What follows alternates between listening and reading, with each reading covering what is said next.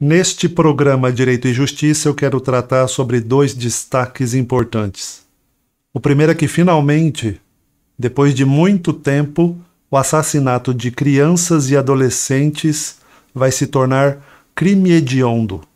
Finalmente, eu vou te explicar essa história. O outro destaque é que um estuprador perigosíssimo, que já estuprou 3 mulheres, foi absolvido pela Justiça de Minas Gerais. Por qual motivo? Por qual fundamento jurídico? Não, você não vai acreditar.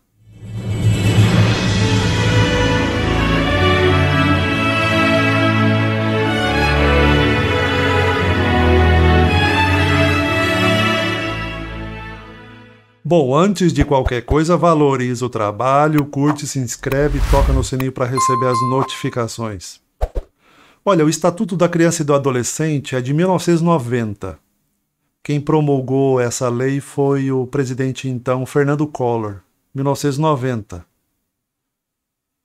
De lá para cá, décadas se passaram, para ser mais preciso, 32 anos, e 6 presidentes. Nenhum deles se preocupou com assassinato de crianças e adolescentes como sendo crimes hediondos.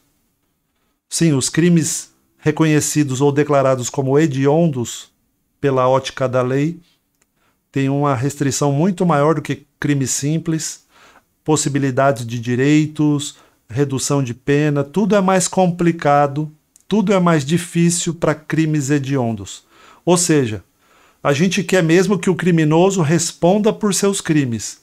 E nos crimes hediondos, isso tem um efeito bem maior do que nos crimes de outra natureza.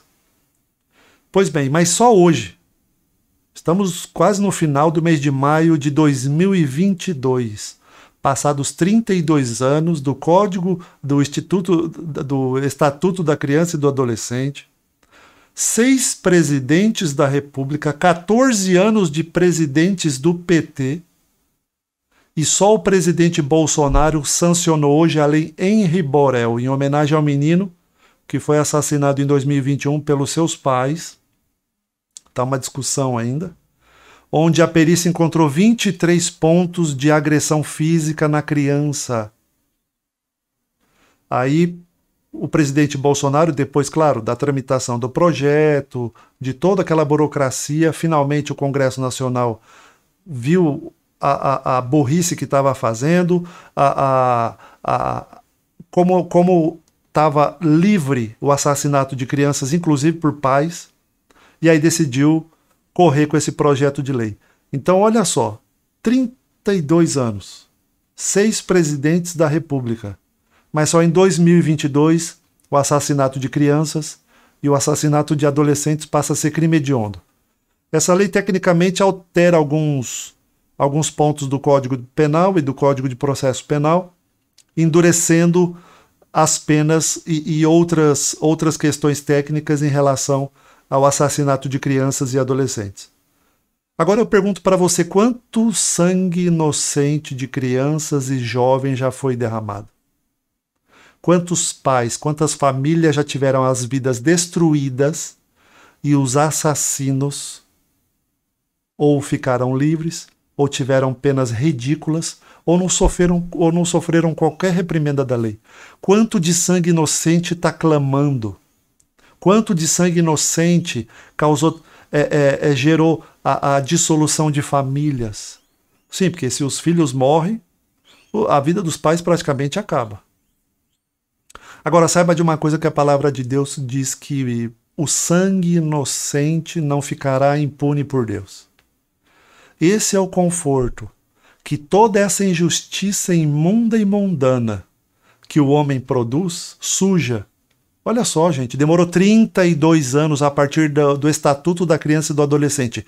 30 anos que político fala que protege criança, que as crianças precisam ser protegidas. Faz 32 anos dessa lei e somente o presidente Bolsonaro teve a iniciativa, a coragem de tornar o crime de assassinato de crianças e de adolescentes um crime hediondo.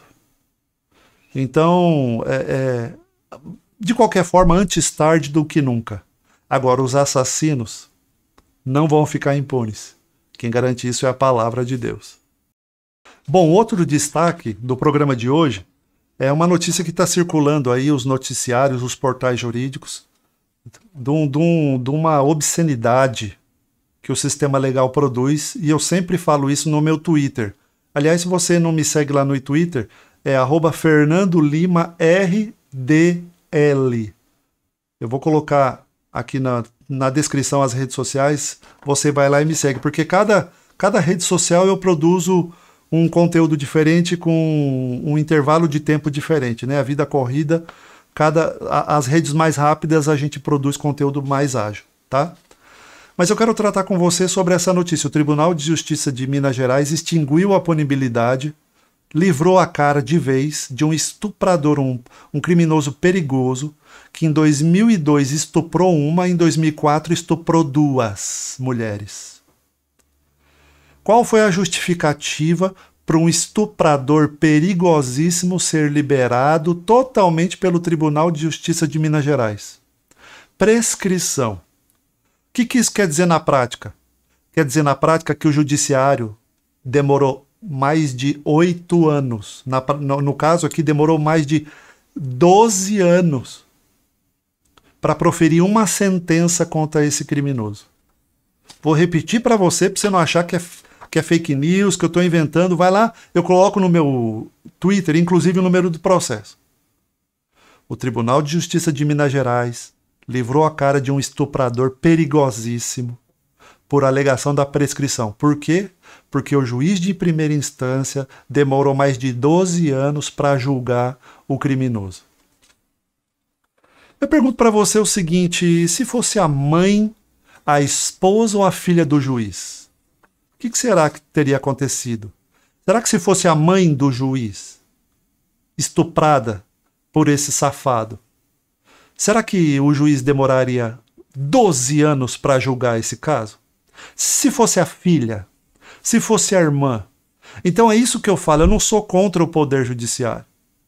Eu acho o poder judiciário belíssimo, importantíssimo. Aliás, não se engana não, a palavra de Deus diz o seguinte, lá em Lucas 12, 48. Quem muito foi dado, muito será exigido. A quem muito confiado, muito será pedido. Eu acho uma responsabilidade tremenda você ser magistrado. Não é uma profissãozinha só que você só pode pensar no ônus. Ah, sou juiz, sou importante, que fantástico. Não se engana. Se o magistrado foi elevado a essa condição por Deus, ele vai ser cobrado proporcionalmente ao poder que ele tinha.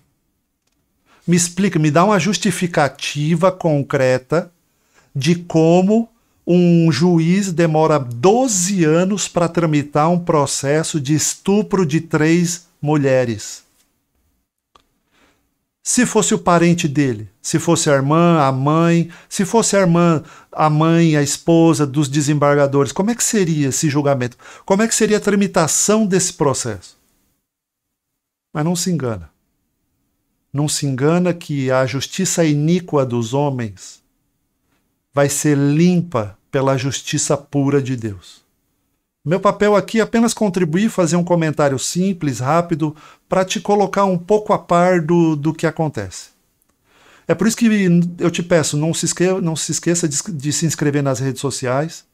Tá na descrição Instagram, Twitter, Facebook. Entra lá, segue, a gente vai produzindo vários conteúdos. Coloca algum tema que você quer que a gente comente. Eu coloquei o formulário de contato do meu escritório. Se você precisa de um advogado, se você precisa de uma orientação séria, nós estamos à disposição. De qualquer forma, entenda uma coisa. Nesta terra, a injustiça é regra. Mas no mundo vindouro, os iníquos não herdarão o reino de Deus. A você um grande abraço, fica com Deus e até o próximo. Tchau.